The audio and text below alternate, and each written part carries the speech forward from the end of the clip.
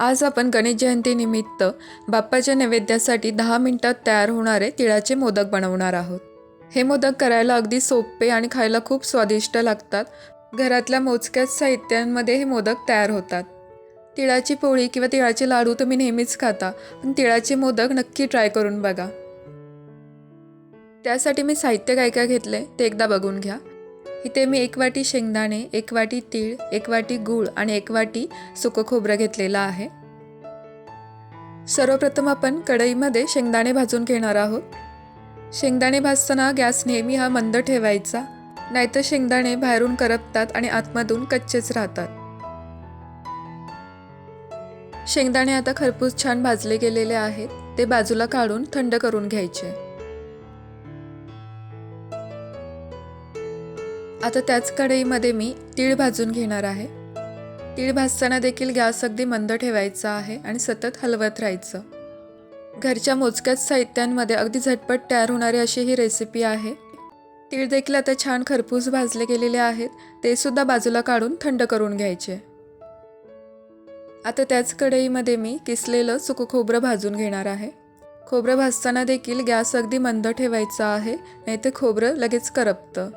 हे मोदक करायला वापरलेले सगळे पदार्थ हे पौष्टिक असल्यामुळे आणि करायला देखील जास्त वेळ लागत नसल्यामुळे तुम्ही हे लाडू बनवून ठेवून 15 दिवस आरामात खाऊ शकता।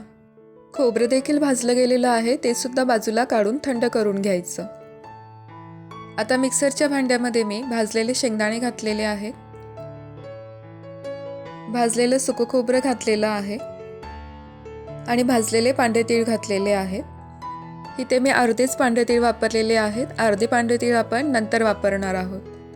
हे सगळं मिक्सरमधून बारीक करून घ्यायचं।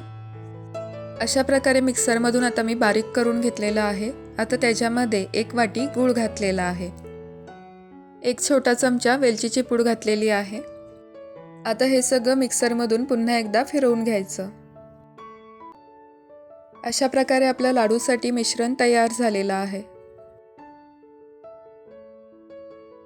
हे मिश्रण मी एका बाउलमध्ये ट्रान्सफर करून घेतलेलं आहे। आता त्याच्यामध्ये उरलेले अर्धे पांढरे तीळ घालणार आहे।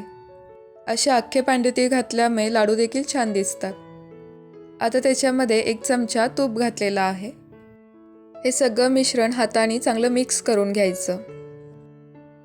मिश्रण छान मिक्स झालेलं आहे। आता त्याचे आपण लाडू बनवून घ्यायचे आहेत। मोदक बनवण्यासाठी मी इथे मोदकाचा साचा वापरलेला आहे। ह्या मोदकाच्या साच्यामध्ये तयार केलेलं लाडूचं मिश्रण भरून मोदक तयार करून घ्यायचे। हे मिश्रण खूप दाबून भरायचं, म्हणजे त्याचा आकार छान येतो।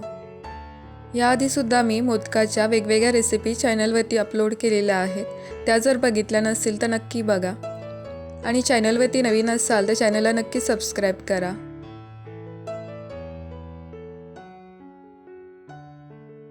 अशा प्रकारे मोदक आता तयार झालेले आहेत।